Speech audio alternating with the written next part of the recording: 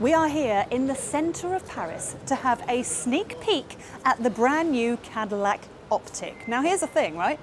The launch and the reveal of this car isn't until tomorrow, so we've been given like VIP treatment because we're fancy like that. But look, Cadillac are now launching in Europe. This is a huge thing. We've all heard of Cadillac, right? Or Caddies, as they call them in America. Will it work in Europe? A bit like they like to drink their root beer and put syrup on bacon. That didn't quite work in Europe. But could this? Maybe. Let's have a look. So a couple of weeks ago they launched the Cadillac LYRIQ and now they've launched the OPTIQ. Now this is ever so slightly smaller, but here's the thing. When it comes to this car, they have mainly focused on handling. I mean, yes, the LYRIQ is focused on luxury. This is still focused on luxury, but with better handling. Here's also what I've learned. The European spec, rather than the American spec of the OPTIQ, has better handling, sportier suspension, and better grip on the tyres, because apparently Europeans like to throw their cars around a bit more than Americans do. And I was like, yeah, you're absolutely right. We do like to throw our cars. So they've kind of designed that to keep us very happy. So it's going to be designed to drive beautifully and stay plush, but then sporty when we want it to be. Right, here's a few of my favourite features. Lights. Right, first up, this front grille here, which obviously isn't a grille, it's just a face, if you will. But in the American version, all of this along here lights up and creates a really lovely smile. But all of the specs, including the European spec, these light up, and these lights show your state of charge. Yeah, so you can just like look out on the street and just see how much battery is left in your car just by looking at the lights. I like that. The look of speed. Now, this has been designed to create the illusion of movement and the illusion of going faster. So we've got a design that's kind of built in within the glass that then feeds into the tail lights here and then feeds into the tail lights down here. And it does create that sort of speedy, fast whipped movement, which I think looks really cool. It's also a nice nod to the Cadillac badge. Speaking of the Cadillac badge, it's a really nice way to open the boot. So say you've got like loads of stuff, bags of shopping and things, you can just go like that. Opens the boot. Look at that. That's a good size as well. See, look, I told you, because they haven't revealed the car yet. This is the thing that's going to go over the car tomorrow to then reveal the car. Shh, we won't tell anyone that we've seen that. That's fine. Massive boot space. You've also got loads of space underneath the floor here. There's a movable floor. Then you've got space underneath here for your cables. And then you have storage down either side, which I'm told can carry some milk if you need. For me, a couple of wine bottles maybe. It's very nice back here. Right, so here's what happened. When Manos and I arrived in Paris, we got picked up at the airport in a Cadillac LYRIQ, and then we sat in the back of the LYRIQ to then be taken to the hotel, which was very nice. And this is just as lovely. So you've got a couple of cup holders in there. The materials and everything in here feels really nice. A couple of charge ports down here. Lovely door pockets. Okay sized door bins, can probably get some water in there or whatever. And then it feels really airy because of the giant panny roof. I'm going to talk you through some things that I've learnt about this car. There is no on-off button. All you do is put your foot on the brake and then it turns the car on. Just put your foot on the brake. That's it. That's all you do. And then it's on. Everything in here, nice sustainable materials. So this is all 100% recycled, everything that's all going on around here.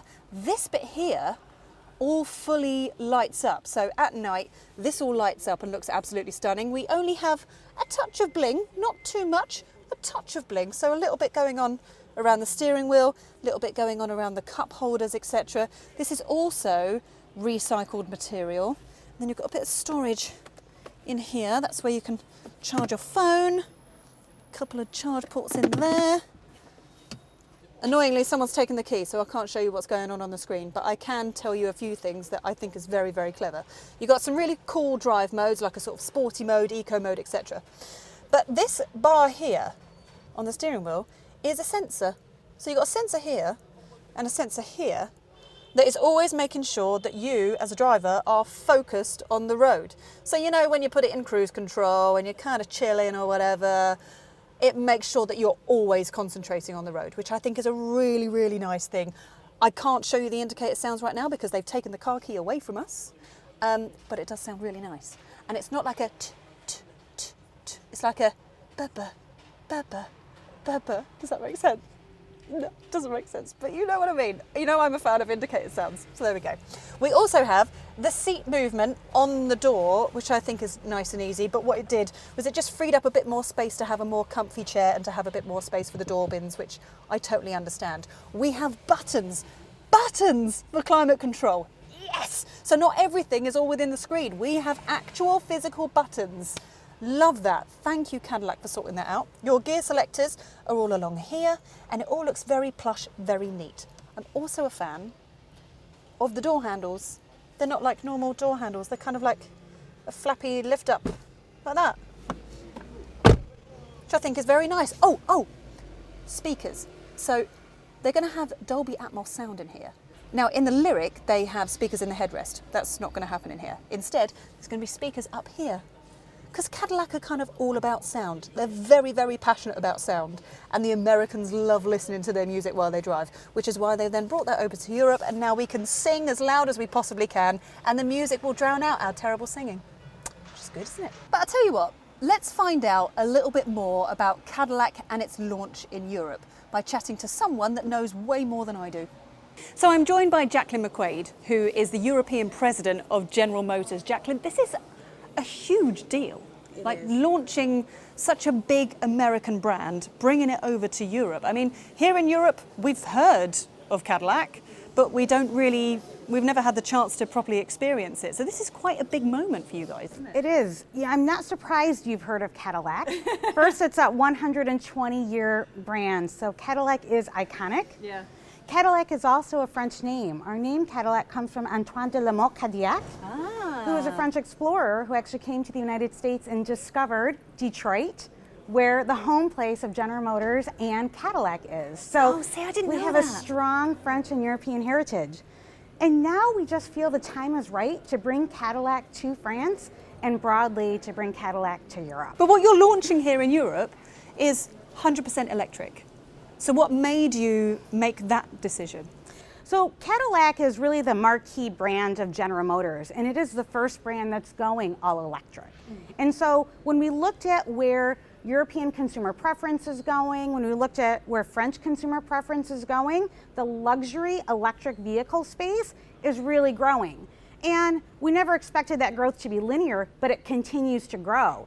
And so with that interest in luxury electric SUVs, with this amazing portfolio that Cadillac has of electric vehicles, and with the general sentiment of government agencies and where Europe is going from an EV support perspective, this just made it the perfect time, the perfect time to enter. All the stars aligned. And I can't lie, I mean, we've just had a little walk around and sat inside the new OPTIQ, and it's very lovely. Thank you. It's very lovely. Thank you. But I have to ask, in terms of your audience or your consumers, do you find it's going to be more difficult to launch in Europe or changing Cadillac to electric in America? Because I mean, in America, they love their Caddies. There's the big old Cadillac fans. So releasing electric Cadillacs, do you think that's going to be a harder target audience for you?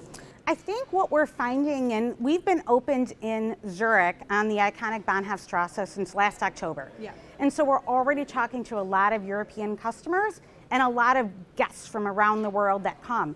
And what we're finding is that iconic nature of Cadillac really resonates with people. And so yes, there's more knowledge of Cadillac in the United States, absolutely, but we're building on that.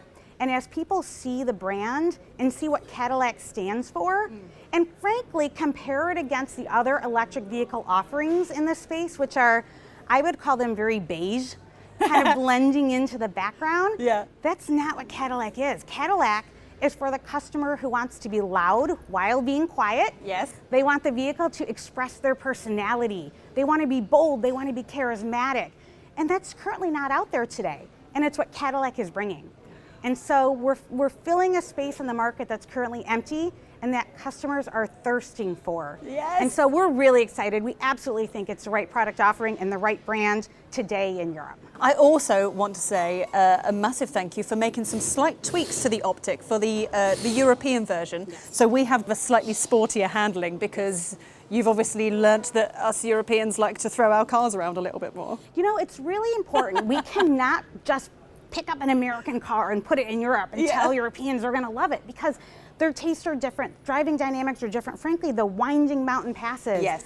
The LYRIQ as well has been retuned for the European market. I was telling some consumers just the other day when we delivered our first LYRIQs to customers in Switzerland, it feels like the vehicle was designed for the Swiss mountain passes because it was. Yeah. Because it was tuned for what European driving experiences want to be. And so you're right, the tires, the suspension, the steering, we tune that all specific for Europe, both the LYRIQ and the OPTIQ.